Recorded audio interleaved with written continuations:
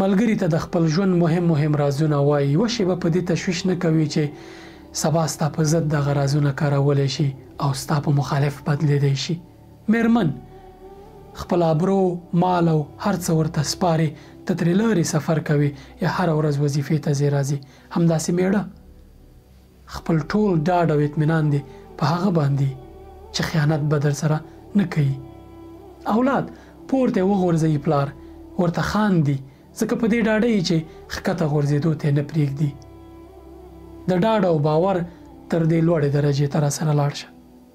د الوتکې مسافر په یوه خطرناکه سفر باندې ځي. خپل ژوند د الوتکې دروازه کې کله چې دننه کېږي پیلوټ ته امانت سپاري. قرار ویده وي سره له دې چې خطرناکه سفر دی، اما په دې ډاډه چې پیلوټ به یې منزل ته رسوي. د پیلوټ په مهارتونو او د الوتکې په ټکنالوژي او هر څه باندې پوره ډاډه وي. ناروغ طبي چاړه په لاس جراح ډاکټر ته پروت دی.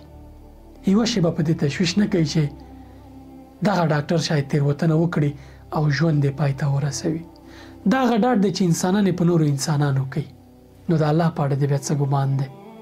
همدا پوښتنه الله پاک په قرآن کریم کې کړې ده. فما ظنکم برب العالمین. کله چې ته په انسانانو دومره ډاډه او په انسانانو دومره باور کوي، خپل ژوند امانت ورسپاري، یوه شیبه په دې فکر نه یې چې ژوند دې له منځه تللی شي. فما ظنکم برب العالمین. نو د الله په اړه دې بیا څه ګمان دی؟ د الله پاک په اړه ستاسې څه ګمان دی؟ کله چې الله پاک دا پوښتنه کوي، آیا الله پاک اړتیا لري چې په خپله ځواب ورکړي؟ نه، ځکه الله پاک عالم الغیب دی، په هر څه باندې پوهیږي، اړتیا نه لري چې دې پوښتنې ته ځواب ولري. اما کله چې الله پاک پوښتنه کوي، په دې معنی چې ما او تا باید دغه پوښتنې ته له ځان سره ځواب ورکړو. کله چې ته په انسانانو باندې دومره ډاډه یې، هغه انسانان چې محدود دي، تېروتنه ترې کېدای شي، یوه کوچنۍ خطا یې ستا ژوند له منځه وړلی شي، بیا نو د الله پاک په اړه دې څه ګمان دی چې نه خطا کوي، نه تېروتنه کوي، نه محدود دی، قدرت پراخ دی، د هر څه واکمن دی چې هر څه وغواړي هغه کېږي. ته په انسانانو دومره ډاډه یې، بیا د الله په اړه دې څه ګمان دی؟ راځه په یو مثال کې درته لا ښه واضح کړم. موسی علیه السلام خپل قوم سره له فرعونه وتښتېد. دښمن ورپسې دی، فرعون له خپل لښکرو سره ورپسې دی. موسی علیه السلام او د قوم بحر ته ورسېدل. یو خواته بحر دی، شاته دښمن دی. ټولو دا فکر کوو چې قصه نوره خلاصه ده، نور نو بچ کېده نشته دی. د موسی علیه السلام له قومیانو نه یو تن ورته وایي چې ان لمدرکون، مونږه بېشکه ګیر کېږو، راپسې د دښمن هغه دی را روان دی، فرعون ښه غوسه دی، مونږ پسې را روان دی، نو بچ کېدل چېرته شته؟ د دنیا ټول قوانین دا وایي چې دغسې حالت کې بچ کېدل نشته، چې یوې خواته دی اوبه او بل خواته شانه د پسې دښمن را رواني، نو تېښته چېرته کېدی شي؟ طبیعت، فزیک، دا هر څه همدا وایي چې دلته حکم نشي کېدی چې ته دې په اوبو باندې ورشي. اما د الله پاک قوانین بیا بیل دي. د الله پاک قدرت او په الله پاک باندې ډاډ بیا بله دنیا ده. مسکینان پرې نه پوهېږي. موسی علیه السلام پرې پوهېده. خپل قوم ته وایي چې کله، هېڅکله داسې نه ده، ان معی ربي سیهدین، زما رب ما سره دی او هغه به ما ته لاره ښیي. بیا څه وشو؟ موسی علیه السلام په بحر واوښت. فرعون هم فکر وکړو چې دی هم پې لاړ شي، چې کله چې ورغی بحر غرق کړ، له لښکر سره یې غرق کړ.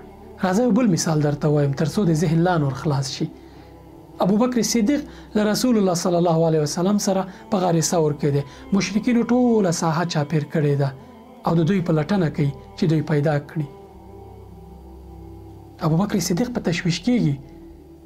رسول الله صلی الله علیه وسلم ته وایي که دغه مشرکینو له ډلې هر یو خپلو پښو ته وګوري، خپلو قدمونو ته وګوري، موږ شاید ویني، ځکه دومره ورته نږدې یو.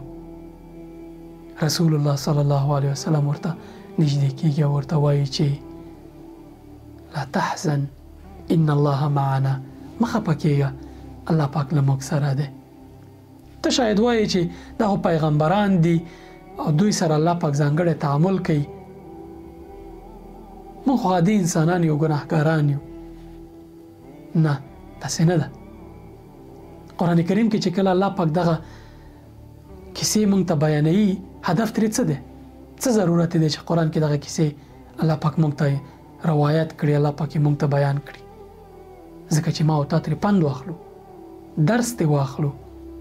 د یونس علیه السلام په کیسه کې نه ده لوستې، نه دی دا اورېدلی د قرآن کریم هغه آیت چې الله پاک فرمایي وَظَنُّونِ إِذْ ذَهَبَ مُغَاضِبًا فَظَنَّ أَن لَّن نَّقْدِرَ عَلَيْهِ. یونس علیه السلام ظنون کله چې ماهی یا لوی کب وخوړ او دی په تیاره کې بند پاتې و، فنادى في الظلمات أن لا إله إلا أنت سبحانك إني كنت من الظالمين. په تیاره کې غږ وکړ، فریاد وکړ، لا اله الا انت سبحانك، نشته بل رب لایق د عبادت مگر ته، پاکی د تعالی را، انی كنت من الظالمین، زه واقعا په ځان ظلم کوونکی وم، ما له ځان سره ظلم وکړ چې ستا به اجازه راغلم. الله پاک څه فرمایي؟ فاستجبنا له ونجیناه من الغم. فای فوری ده، یعنی الله پاک وایي چې موږ زر د دعا قبول کړله، ونجیناه من الغم، او له غمه مو دی بچ کړ. اوس اصلي خبره راځي، وکذلک ننجي المؤمنین، او همداسې موږ مؤمنان بچ کوو. آیا ته دې پام شو؟ ته وایي چې هغه خو پیغمبران دي، الله پاک وایي چې زه مؤمنان هم همدغسې بچ کوم. ته له ځانه مؤمن جوړ که، الله پاک به دې همداسې بچ کوي لکه څنګه چې موسی علیه السلام، رسول الله صلی الله علیه وسلم او یونس علیه السلام بچ کړي. شرط دا دی چې ته مؤمن شي او زه مؤمن شو. په دغه شرایطو پوره کولو سره کله چې موږ او تاسې په انسانانو دومره ډاډه یو، باور کولی شو، ولې په الله پاک نه کوو؟ اوس د دې پوښتنې ځواب ته په خپله ورکړه.